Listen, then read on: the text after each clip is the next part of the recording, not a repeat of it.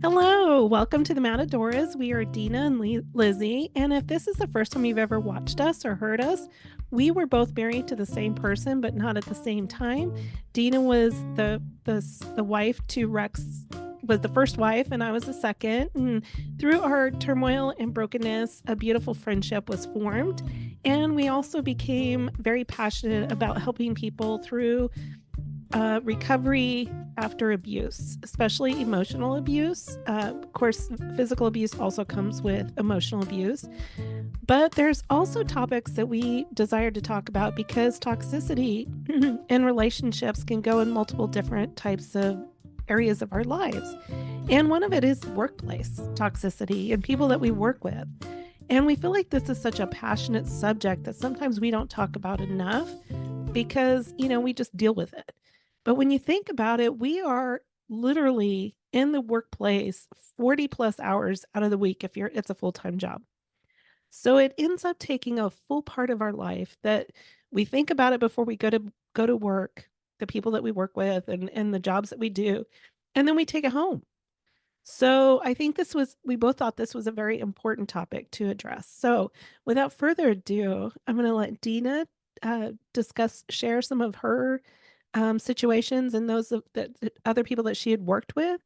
And hopefully some of you might find something that will be beneficial for you. Thank you. Well, hello, everybody. I hope you're having a wonderful day today. Today, I really want to talk about something that is a subject that I've had a lot of experience with, unfortunately.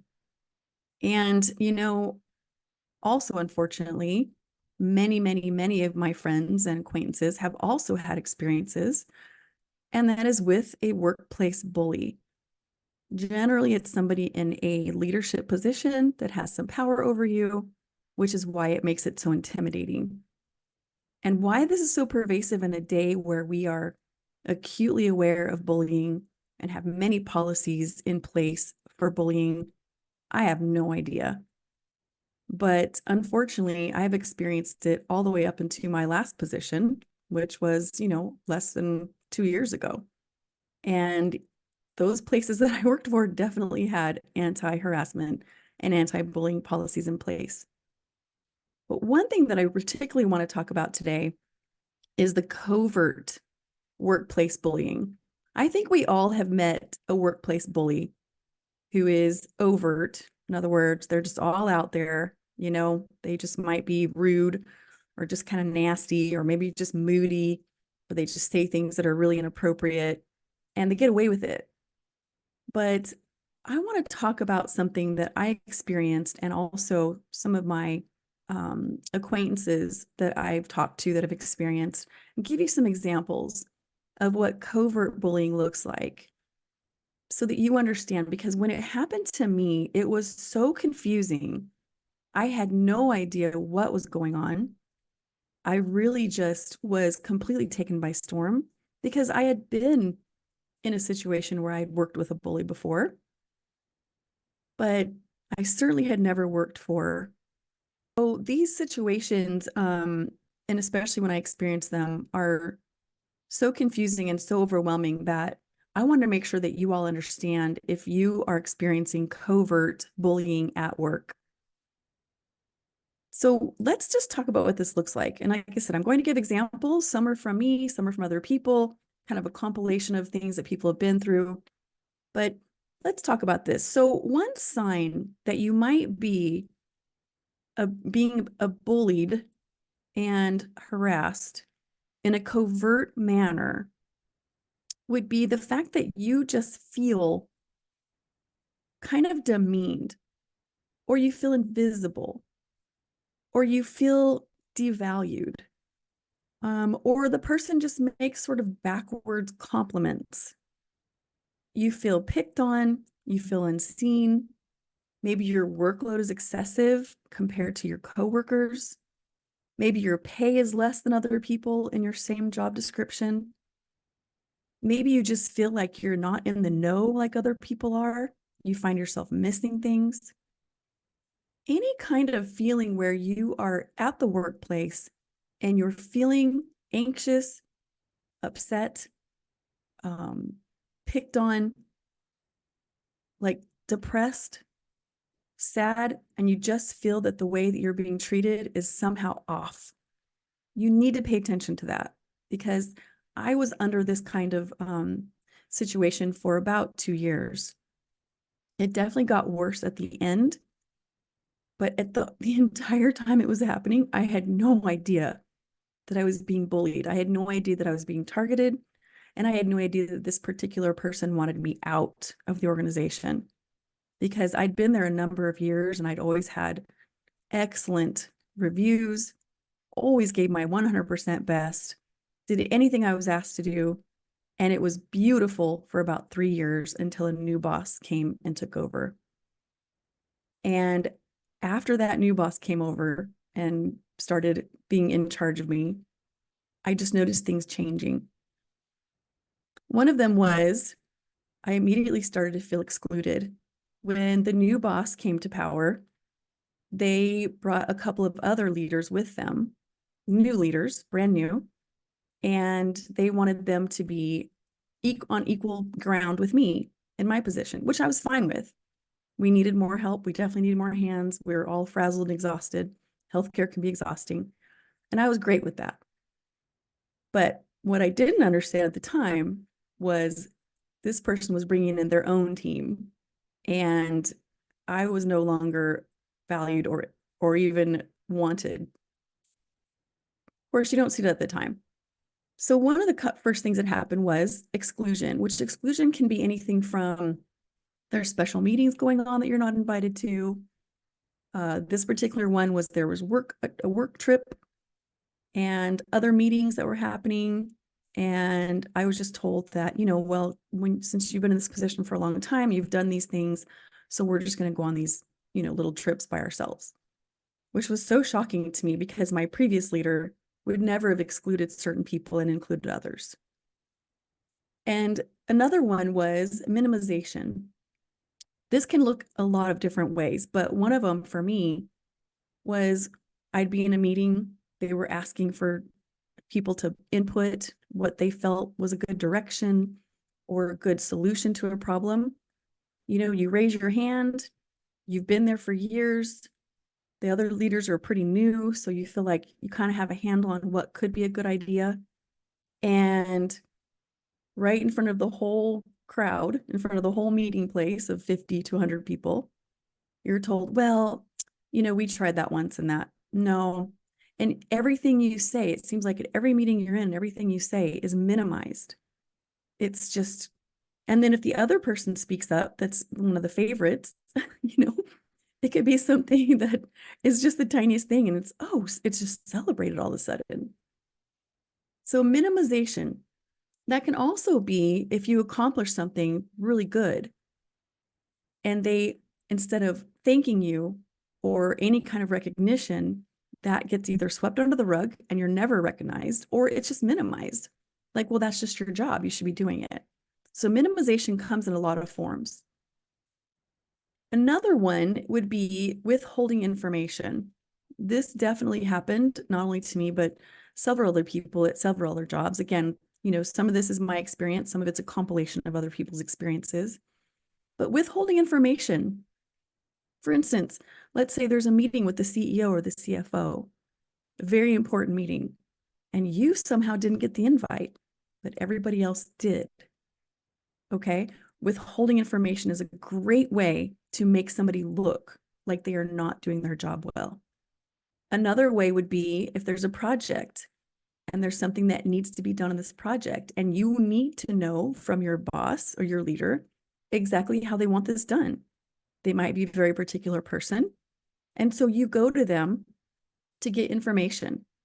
Let's say it's an email. In this particular case, I've heard about bosses that have a closed door situation where you cannot come in, that you're not allowed to just walk in the office. You can't just knock on the door. They want you to make an appointment. They want you to be very organized and ask them well in advance to meet with them. And even then, they still may not have time for you. So in that case, you email them needing information. And this happened to me. You email because they won't meet with you in person. Try to get information on this project to make sure. and nothing. So guess what? Here it comes time for the project deadline, which they had given you the deadline. They had given you everything that they wanted done, but not enough detail to do it correctly. And guess what? Now you failed. That is a terrible way to sabotage somebody. And it is the most anxiety ridden situation. It is horrible because you are trying to do a great job and you are trying to do everything they want, but they purposely withhold the information. That's something that can be done viciously just to make sure you fail. And I didn't see it. I still didn't see it. I just, have this everybody's a good person idea in my head. Plus, this boss had been around the company for a long time. It wasn't like they came from out on the outside. They had been around the company, and truly, the several years I was there that they weren't in leadership over me, I thought they were a really good person. So I was just completely floored. Another one that a lot of people have talked about would be stealing or devaluing your credit or your value. For instance, let's say you were awarded for amazing patient satisfaction scores. And let's say your boss at a meeting was calling out everybody and recognizing them for doing a great job. And instead of saying that you were recognized for these scores, they said, you were most improved. And you're shaking your head like, wait a minute, wait, I was literally given an award for what I did. And what do you mean most improved? And you're just so confused. Well, that is a way of stealing or devaluing your credit. Another way would be, let's say that you earned something. Let's say you did something well, you did something right. And instead of you getting any kind of credit, they spread it out amongst everybody. The whole team did it. Not that there's anything wrong with teamwork and everybody doing something well together. But if they're always trying to take the spotlight off of you and anything you do well, anything you say that impacts your team and they appreciate it, anything that happens, they're either minimizing it and devaluing it, or they're spreading it out amongst everybody so that you don't look like you are actually making some great headway. So look for that. Also, communicating expectations, which kind of goes along with withholding information, but it can also look a little different. If somebody wants you to succeed and they are on your team and they are not a covert bullying narcissist, they will communicate with you. They will make sure that you understand. And they will be proactive about doing that. You don't have to chase them down. So if you just find that communication is constantly withheld and you're scrambling for what to do, that's another thing to look at. The last thing that I would talk about would be a change in expectation. Let's say that things are going along fine. It seems like you're doing your job. You feel like you might be doing it well, even though you're not maybe getting communication about whether you're exceeding expectations or just meeting them or completely failing because this person is not giving you the feedback you need. And all of a sudden, the expectations change. You thought you were doing fine, or maybe you were doing things according to the way you've always done them before this person came into power. Or maybe this person has been in power and then all of a sudden the expectations has changed. I actually have a friend who had a boss that would purposely change the job description in her job, and without her knowing, so that she could go and write her up for failing. She did this to this person like 4 times in her 15 years at the company. She would literally go in and change the job description because she could. And then she would write this person up. And this person didn't catch on until years later when she finally would go back to the job description and she would go find the old one. But it's amazing what covert toxic bullies will do, to get rid of you. And a lot of times they'll do that because you're a threat. It could just be because you really do great work at this organization. It could be because you're being recognized by some of the upper leaders. It could be just a complete insecurity on the boss's fault. on their end, that they are just an insecure person and they do not want anybody to shine, or even worse, to eventually take their place. A lot of times, this kind of bullying will happen so that they don't get noticed as being a bully. They could explain away anything that they're doing to you. For instance, when the person said, "You are being recognized for most improved," could I really go to HR and say, "This person said I'm being recognized for most improved," when I was told that I was being awarded for one of the better scores? I mean, not really, right? It doesn't sound terrible.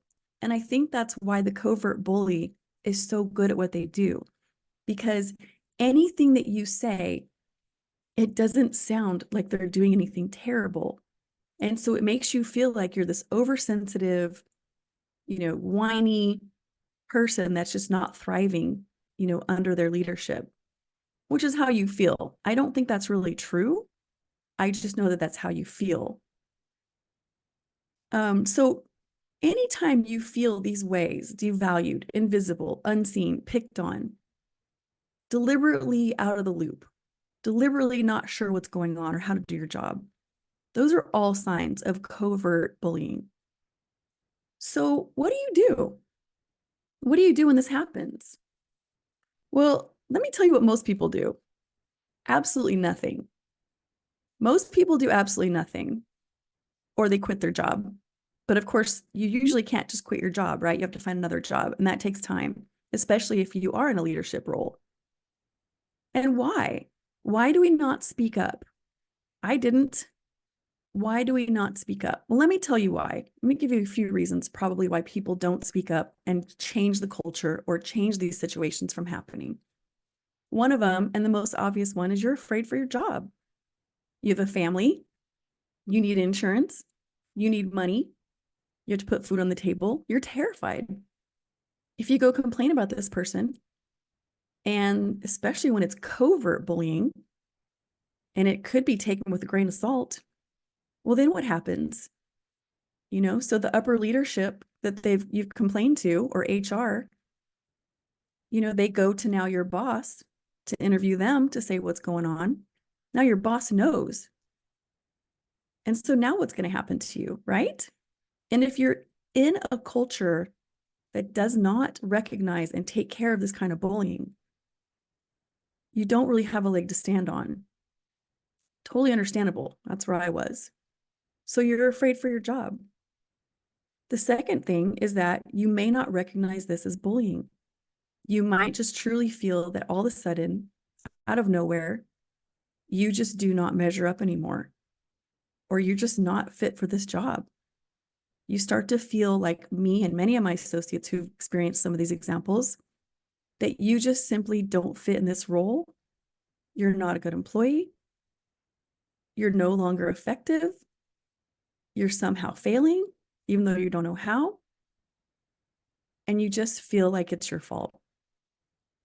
Another reason why people don't speak up is because they feel like nobody would believe them. A lot of times, these covert bullies, they have gotten in really good with all the upper leadership, which is part of the process, really. They know that if they show a great face and get in good and become good buddies with all the upper leaders, even the leadership in HR, if they're all buddies and they hang out and they're friends, how are they going to believe you, this small person, so to speak, just a supervisor or a manager that comes in to complain about this glowingly wonderful leader that they have? No one will believe me. Yep, been there, done that, you guys. All right, here's another reason. Because if you're in a toxic workplace, which if you're dealing with this kind of bullying and it's been around for a long time, you probably are in a toxic workplace, and it probably comes from the very top. If you're in that situation, a lot of leaders snuff out complaints. And I'm not saying that my last job necessarily did this. I feel like I had some great leadership there, but I did not speak up. That was on me. But I have been in toxic workplaces with overt bullies that were aggressive and harsh, and they got away with it with everybody because the upper leadership was also aggressive and harsh. They also behaved this way, but it was all mopped up. It was all completely, shuffled away. Multiple complaints from multiple people, multiple managers and leaders leaving the organization. And yet nothing changed. And why is that? Because this was a toxic workplace environment. The leaders snuff out any complaints. And if you're one of those unlucky ones, that voiced your opinion, then they're after you. And that is definitely a workplace that many of my friends have been in. I have been in myself, where that leadership is rotten from the very top. Very, very awful to see that, because you just have to know that, especially in an environment where you're taking care of the public in any way, shape, or form, you should never have a leadership that just shuffles out all of the bad things. And then just the leadership turnover is constant. It blows my mind that we are still in this situation. And, even sometimes when I've had coworkers or friends go to HR, if they're not a protected class, I hate to say that, but if they're not a protected class, they get very little recognition and very little follow through for what they're going through. And I really hope that changes. So back to, what do you do? This is a tough one, because if you are in a bad situation and you are in a toxic environment and you are responsible for keeping bread on the table, this is a tough one, you guys, because, when you throw yourself in the spotlight, you can now become a bigger threat. Maybe you were a small threat before, and that's why you were being bullied. And now you're a much bigger threat because you're opening it all up. So I can't really tell you what to do in that situation. Everybody's different in that situation, but I will tell you what I wish I would have done. I wish that I would have, in especially this past scenario that I was talking about in the covert bullying, I wish that I would have gone to HR when it first began, when I first started feeling uncomfortable, or I started feeling invisible or demeaned. I wish at the very least I would have started documenting it, writing it all down, putting down every incident, whether it happened to myself or my employees that I was in charge of, or anybody else in the workplace. I wished I would have written it all down at the very least. But for the most part, I wished I would have gone to the leadership in HR and let them know what was going on. Now, it could have cost me my job, but generally, once you report to HR what is going on, now you've got your report on the table, and it's going to be much harder for them to allow you to be, abused or snuffed out of the position, because now you have actually gone forward and said, listen, here's what I'm feeling. Here are the things that are happening. So I wished I would have done that. Would it have made things worse with my covert narcissist boss? Yeah, it would have. It definitely would have. But instead, I endured 2 years of extreme anxiety, extreme depression, extreme stress, to the point that it affected my physical health so badly. And I endured all that and then left with my tail between my legs.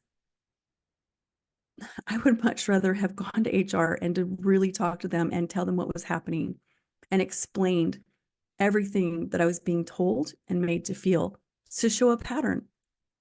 Because this is something that I understand it's not as talked about. Subtle bullying is a different animal, but it is starting to really come to light. And creating a pattern of any kind of overt or covert harassment or abuse will show that this person hasn't just made a one-off comment here, or a little subtle comment there, but there's a pattern of these kinds of things. So I definitely would have gone to HR. Lizzie, What have you got to say? Well, yeah, I've been researching and actually I saw something like this on the news probably a couple of weeks ago where they were sharing that many narcissists have a passion to go into management. And they love having that power of control, the glorification that comes with management. And it's interesting that we kind of correlate that with like think of a bad marriage, right? That job is really a bad marriage. So how are you going to make that work? And I think of the victim that probably needed to call because they're going through a domestic violence because it started so subtle. Nobody thinks that they're going to, be targeted for physical or death. I think it's that same kind of like fear to go to HR as it is for women or men to probably to call a domestic violent hotline or call the police. And it's amazing because now there's a lot more research on it. I mean, that I've read in the last few weeks on it, and that some people and I could be wrong, so someone correct me, that they're even trying to come up with assessments to help weed out people with these types of tendencies. I'm curious how that will progress. But anyway, I just thought I'd kind of incorporate that. Yes, it's very hard to go to HR because you do feel like you're more targeted. You feel very vulnerable already in a situation that you put in 8+ hours a day, and it's a huge aspect of your life. So I just kind of wanted to kind of incorporate that in. Yeah, no, well said. Thank you, Lizzie. That was perfect. And that's exactly true. And you know what, you guys, sometimes you've clawed and fought and, went to school and worked countless hours to get where you're at, and giving that all up, especially if you have coworkers or you're in charge of a team or you love your upper leadership, and you become part of that family. And it's like Lizzie said, it is just like leaving a marriage. It is so, so difficult. And, having somebody believe you is terrifying because you don't want to be marked as the one that's got the problems, and that you're trying to sabotage your boss. Nobody wants that. But you know what?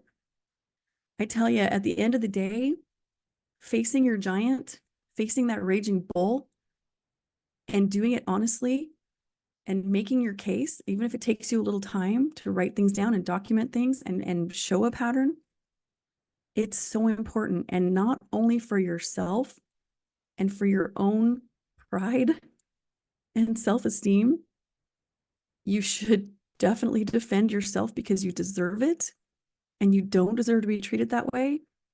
But also, even if you go to HR, they write it all down, they're in the buddy system with this person and they do nothing, the next person or the next person, trust me, there will be others because as you know, bullies don't just bully one person. They might bully one person at a time, but they don't just bully one person. They find a lot of people that are threats around them. So, Exactly. yeah, so you're paving the way for other people. You are paving the way. And I mean, I would really hope the best case scenario would be that they would deal with this person and this person would leave you alone, or they would create a documentation and a pattern and they would watch this person. And if it keeps happening, then, they take care of it so that you can stay where you're at and have a wonderful work environment. But nobody should ever have to be bullied. And then, all the manifestations that come and all the repercussions that come from being bullied, which are many, Mhm. many, many, many, and then just leave. Because I left saying I will never be in management again. Like I must not be a good manager. I mean, you know, I was handed a document it was a full page of ways that I could improve. And again, I'd been there for multiple years at this organization, and I was absolutely dumbfounded that I was given this document by this bully. And, again, the boss that I had before this bully, I had perfect reviews, perfect performance evaluations. I mean, everything was always so good because I made sure I did a good job. And all of a sudden, I'm given this form of ways to improve. And so I said, well, are all the managers signing this? And they said, no, just you. And I was just dumbfounded. I mean, some of them were just the most ridiculous things I've ever seen. Like, if you want to go somewhere else, you probably should. Or you need to act more professional. And I just was blown away because it seemed that everything that was positive on my, years of performance evaluations before this was somehow spun into a negative for this. You need to sign this paper saying that you understand where you need to improve. Or you need to understand, here's another one, you guys, that can be used by a covert narcissist. You need to understand the expectations for your role. And maybe you've been in your role for years and suddenly you're signing something for the expectations for your role, which again, this thing that I was asked to sign was so targeted specifically to me, but it was titled as if it was just an expectation for everybody. And yet I was told it wasn't. So again, these kinds of things are so demeaning and so terrifying and devaluing.